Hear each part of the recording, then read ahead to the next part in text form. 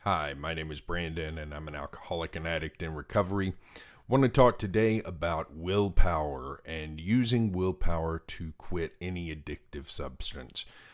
What we hear a lot is from people who say that if you want to quit doing something, you should just be able to quit doing it. And people who fail at quitting just don't have enough willpower. I used to think that as well. I used to think that was all it took to quit something like cigarettes. That's the best example that I can think of, because it was something that I used to say when I talked about quitting cigarettes. I said, once I decide to quit smoking, I was a 2-pack a day smoker. I said, once I decide to quit, all it's going to be is I just got to use my willpower to quit. And that's all there is to it. And that's not all there was to it. I can tell you from experience that quitting smoking tobacco was one of the most difficult things I've ever done. And it took a process of years and trying time after time after time to quit. And every time I used my willpower to try to quit, it would work for a little bit and then eventually run out. A lot of people would say, well, you're just weak. Well, that's not necessarily true. If you look at other areas of my life, my exertion of willpower over things in my life is actually pretty strong. And so what is the difference? What's going on? And why can't we use willpower alone to quit addictive substances? And there's a lot of different research and reasons that people give around the answer to that question. But I want to read some from This Naked Mind by Annie Grace about what she says about it. She says, spending your life wanting something you can have is not freedom. When you spend your day waiting for 5 o'clock, you don't enjoy the day. 5 o'clock comes, the waiting is over, and you're duped into believing that the drink was the magic bullet. In reality, it was relieving a craving, ending the wanting. Initially, when you've quit drinking and your resolve is strong, it seemed you could drink less. As a result, you felt more in control and better about yourself. You suddenly had more money and your health improved. These improvements actually conspired against you, making you forget why you quit. Like how food becomes more precious when you diet, alcohol becomes more precious when you abstain. Moderation is like an alcohol diet that will continue for the rest of your life.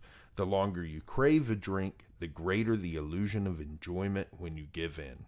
And willpower is a finite and exhaustible resource, much like a muscle that can be fatigued. She goes on to cite a study by Mark Moraven from Case Western Reserve University, where he tested the strength of willpower, and the study showed a high correlation between people's willpower wearing down and their ability to perform tasks at a later date. And so, not at a later date, but a little bit later. And so it is a problem when we just try to employ willpower to quit drinking, to quit drugging, and to quit anything that has an addictive grip on us. She goes on to say, it is easy to see how exercising and fatiguing our willpower to avoid alcohol or drugs day after day can make us bitter and unhappy. Willpower runs out and you drink.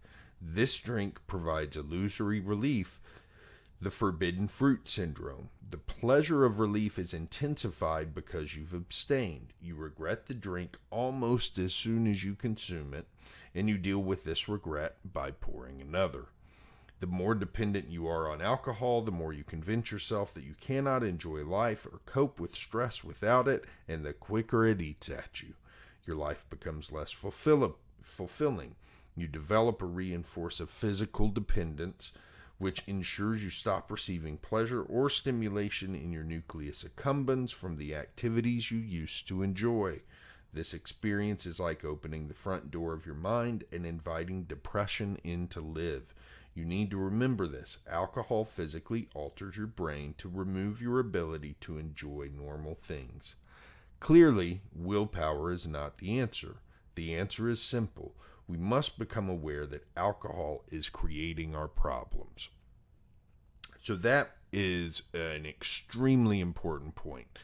Creating awareness that alcohol is actually creating the problems that you have in life is incredibly important. Alcohol or drugs.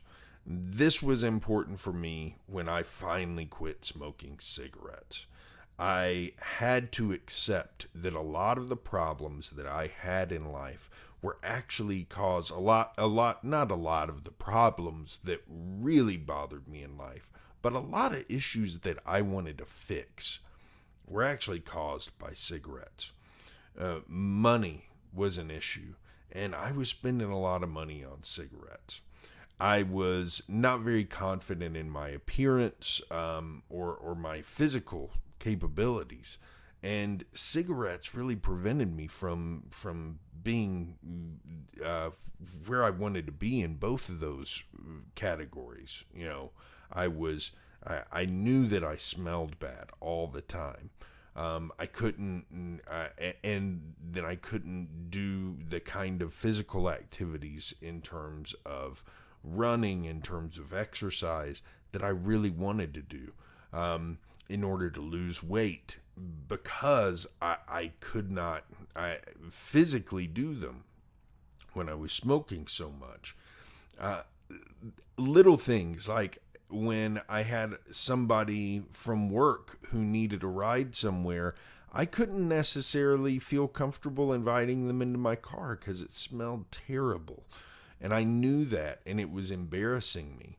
And once I started to realize that, hey, once I quit smoking, all that starts to go away, it became a lot easier to stop smoking. The same way with alcohol. I had to start to understand the problems it was really causing in my life. And for me, reading This Naked Mind, listening to the Recovery Elevator podcast, and doing some other reading were really what led me to start to see that alcohol was causing way more problems in my life than I ever even imagined. And is starting to move away from the point where I needed willpower to stop to where I was excited to stop. By the time I quit drinking, I was excited to stop drinking. I was excited to be done with alcohol. And once I got done, I was finished. I did not want it anymore. And still to this day, of close to 4.5 years later, I have no desire for alcohol in my life because it does nothing but ruin the things in my life that now are going well. And she sums it up nicely. What I have to believe is what she says here. I once believed the lie that drinking a liquid that systematically poisoned me and stole my confidence and my health was a good thing. How much easier it is to believe the truth that alcohol is an addictive poison. That all I have to do to be free forever is to stop drinking. And that's what I have to understand is alcohol is an addictive poison. And once I start to embrace that and realize that, then the question of, well, do I want to have more of it is a simple no. Because I have gotten so much more out of life without it that I know putting it back into my life takes it all away. Once I have that, I don't have to use willpower to not drink. I've had alcohol in my house since the first day I quit drinking. I have opportunities every day where I could drink and nobody would know. Nobody would know. But I don't even have to choose not to do that. I don't want to. It's not even a viable choice for me because that desire has been removed. This is what programs like AA, programs like Refuge Recovery, all the other recovery programs, that's the goal, is to remove that desire, not to help you build up willpower, but to remove that desire. Once we remove the desire to drink, then it becomes a question of, okay, what do you do on a daily basis to reinforce that so that the desire doesn't come back? Because unfortunately, the nature of addiction is that that desire can come back. And you got to be careful with the way that you practice your life in order to make sure that it doesn't. That's why I do these videos every day. That's why I do some other things every single day, because it helps me keep in touch with the fact that if I'm not careful, that desire can come back. But as long as I'm doing the things I'm supposed to be doing as part of my recovery program, I'm free from that desire and free from the burden of having to use willpower to refuse something. And using willpower to refuse something only lasts so long.